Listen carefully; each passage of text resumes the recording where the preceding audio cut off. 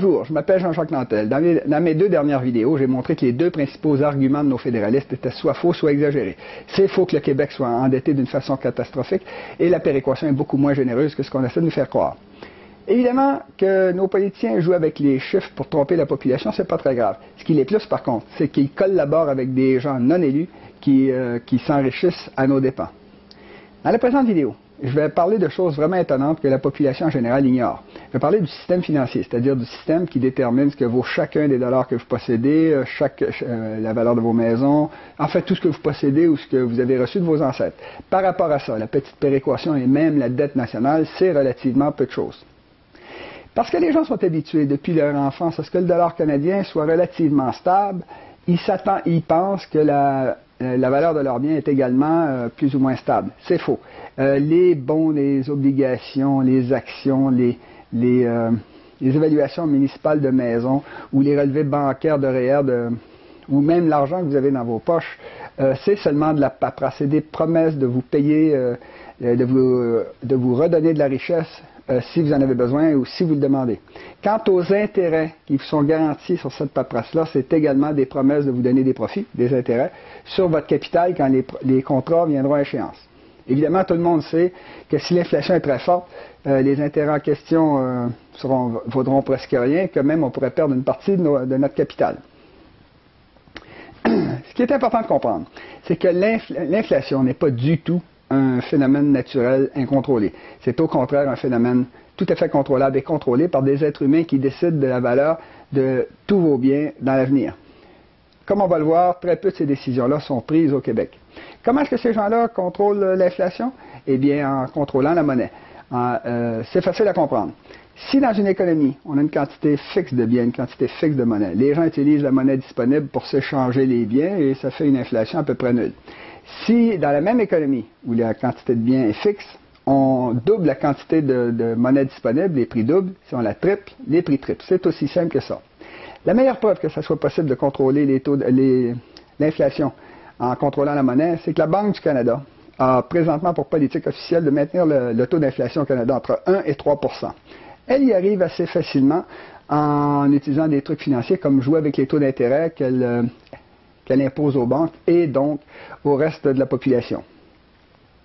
Si c'est possible de contrôler l'inflation avec des trucs financiers comme ceux-là, c'est parce que de nos jours, plus de 95 % des échanges économiques se font par voie d'écriture. C'est-à-dire que quand vous achetez une maison, une voiture, des meubles avec des chèques, ou quand vous utilisez vos cartes de crédit ou vos cartes de débit, c'est seulement des écritures, c'est des chiffres qui se promènent sur des écrans d'ordinateur.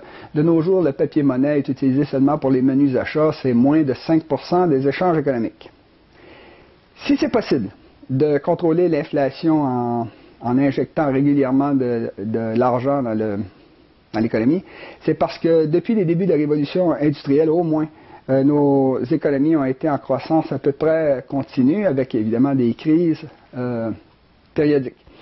Ce qui fait que quand la quantité de biens augmentait dans une société à cause de la croissance, ceux qui imprimaient de l'argent n'avaient qu'à imprimer un peu plus d'argent, une quantité d'argent correspondante pour que les gens puissent acheter le surplus de biens produits sans créer trop d'inflation. Évidemment, on voit tous qu'il y a un problème ici. Ceux qui contrôlent l'impression de la monnaie peuvent très bien se procurer des biens sans rien donner en contrepartie. C'est exactement ce que font les gouvernements, notamment en période de crise où là, ça devient tout à fait évident. La plupart des guerres modernes ont été payées par l'inflation, ont été financées par l'inflation. C'est-à-dire que les gouvernements créaient des dettes, faisaient imprimer de l'argent, achetaient des fournitures militaires, ce qui créait une inflation qui était contrôlée en réduisant le niveau de vie des gens, c'est-à-dire en leur imposant un système de rationnement qui empêchait les gens de se procurer beaucoup des items qui auraient pu être bons pour l'armée. De nos jours, les États-Unis qui sont en plein milieu d'une des pires crises financières qui ait jamais existé, injectent dans l'économie des dizaines de milliards de dollars par mois, ce qui fait évidemment, qui donne une tendance au dollar américain à baisser. Pour les Américains, c'est une opération payante, étant donné que ça fait également baisser les immenses réserves de dollars américains que les autres peuples ont accumulées en faisant commerce avec les États-Unis au cours des dernières décennies. En quelque sorte, les Américains se préparent à payer avec du vent une grande partie du pétrole, des matières premières ou des produits finis qu'ils ont jadis achetés pour se procurer un niveau de vie comme jamais on en a vu sur la planète. Évidemment, ce petit jeu-là va finir par leur coûter cher, étant donné que tout le monde se méfie de plus en plus du dollar américain et que les peuples étrangers demandent des prix sans cesse plus élevés pour leurs produits. Ça va surtout coûter cher à la population américaine, qui va finir par se retrouver avec un taux d'inflation monstre qui va faire baisser son niveau de vie. Je pense notamment à tous ceux qui dépendent d'un revenu fixe pour vivre, les salariés, les pensionnés, les rentiers, etc. Le Zimbabwe est un exemple extrême d'un pays où le gouvernement imprimait de l'argent à tour de bras sans se soucier de la richesse produite dans le pays, ce qui a créé une immense inflation. En 2008, on pouvait trouver sur le marché zimbabwéen des billets de banque d'une valeur de 25 milliards de dollars. Des dollars zimbabwéens, bien sûr.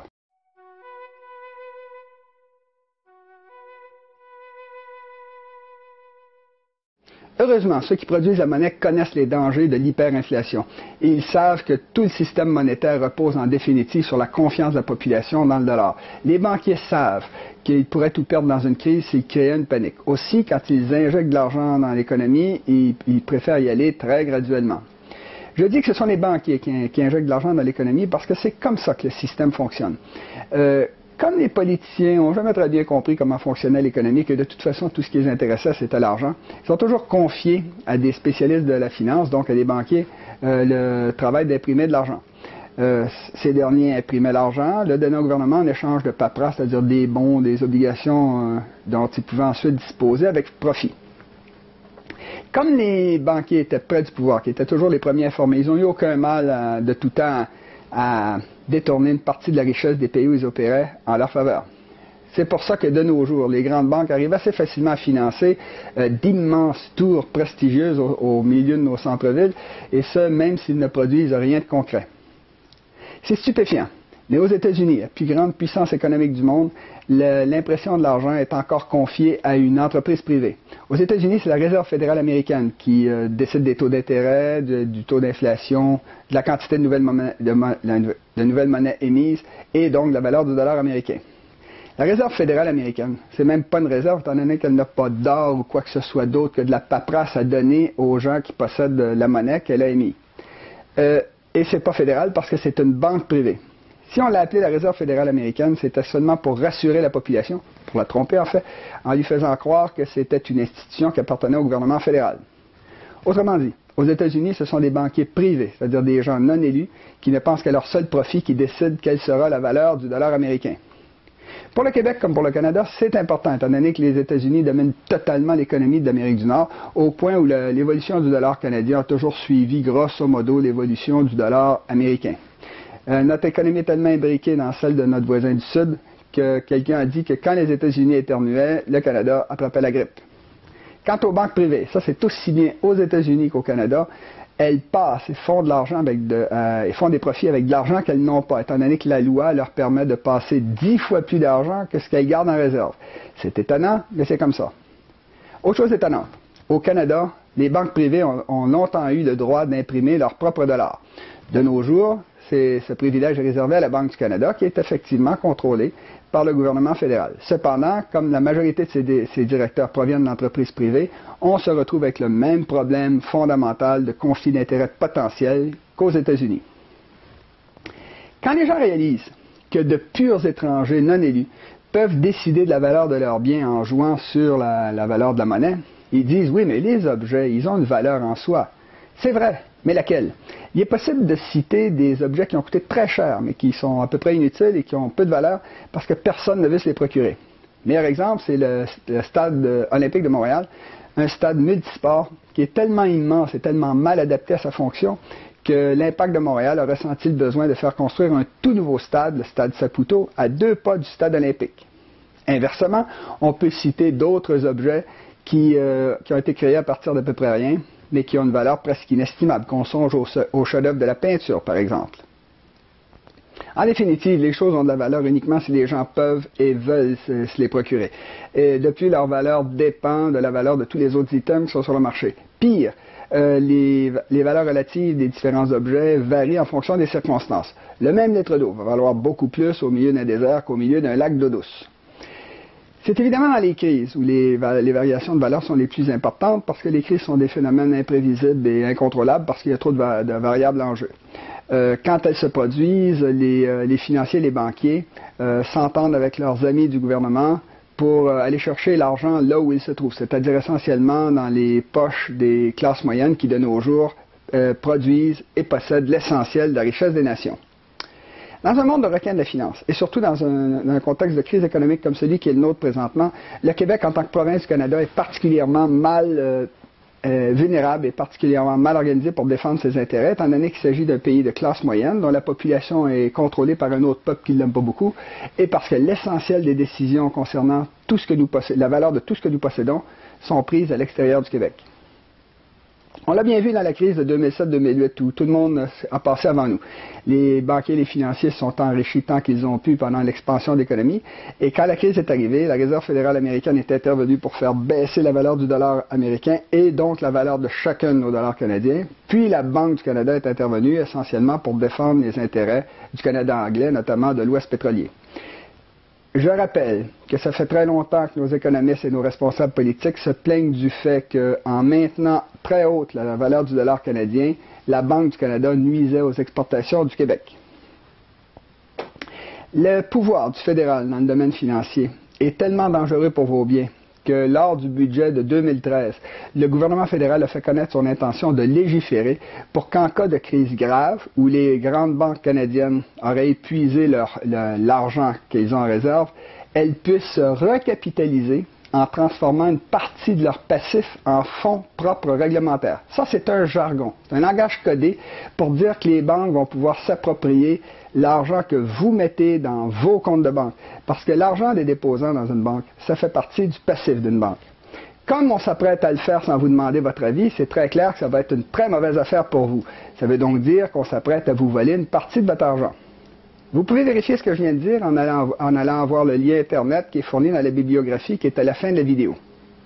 Après tout ce que je viens de dire, certains m'ont fait remarquer que le Québec s'est beaucoup mieux sorti de la dernière crise que l'Ontario. C'est vrai, mais il y a ça une raison fondamentale. C'est que même si nos politiciens fédéralistes ne disent qu'ils ne veulent entendre parler, qu'ils ne veulent s'occuper que d'économie, le Québec est quand même devenu la province la plus pauvre du Canada. Sans dit long sur leurs compétences. En fait, on comprendra mieux ce qui est arrivé quand on saura que même dans la pire des crises imaginables, une économie ne peut jamais tomber au-delà d'un certain seuil minimum, étant donné que la population continue d'exister, continue de manger, de se loger, de se vêtir, ce qui fait que plus une économie s'approche de ce seuil minimum, moins elle est affectée par une crise. Même si le Québec est encore une société riche, il est quand même nettement moins riche que l'Ontario, ce qui fait que l'Ontario a été affecté beaucoup plus durement par la crise que le Québec. En 2007-2008, les Québécois n'ont pas perdu d'emploi dans le domaine de l'industrie automobile parce que ça fait longtemps que toute notre industrie automobile a été déménagée en Ontario. C'est la même chose dans le domaine financier, dans le domaine boursier, dans le domaine des assurances, parce que cette partie-là également de notre économie, en grande partie, était déménagée à Toronto. En amputant notre économie de ses meilleurs éléments, de ses emplois qui fournissent les meilleurs salaires et le plus d'impôts, ça a donné une force intrinsèque à notre économie qui est beaucoup mieux enracinée dans le sol. Il est impossible de déménager à l'extérieur, ailleurs, à l'extérieur du Québec. Il y a 8 millions de Québécois, leur résidence, leur commerce, leur PME ou l'Hydro-Québec et ses barrages. Évidemment, il n'y a pas de quoi se réjouir de notre pauvreté relative. Et d'ailleurs, la souveraineté du Québec va servir à réduire cet appauvrissement artificiel. Un Québec souverain va pouvoir exiger d'avoir un siège à la Banque du Canada pour pouvoir défendre ses intérêts. Cependant, qu'il réussisse ou non dans cette entreprise, son intérêt à long terme sera quand même de se doter du dollar américain, étant donné que de toute façon, nous sommes soumis aux décisions économiques qui sont prises à Washington. De plus, comme le Québec représente seulement 2,6% de la population américaine, ça ne vaut pas la peine pour les autorités américaines de chambouler tout leur système pour aller nous chercher des petits avantages financiers. Alors que ça vaut la peine pour le Canada anglais, étant donné que le Québec représente 23% de la population totale du pays, ou, si on veut, le tiers du total de la population du Canada anglais. Pour les financiers canadiens-anglais, le Québec est une proie juteuse et tentante parce qu'elle n'est pas défendue. C'est un exemple typique du fait que quand on est puissant, on peut plus facilement s'enrichir aux dépens des plus faibles. Comme d'habitude, je vous encourage à montrer cette vidéo à tous les Québécois qui n'ont pas encore réalisé que l'indépendance allait nous permettre de faire des sous, beaucoup de sous. Je vous remercie d'avoir été présent et je vous dis à la prochaine.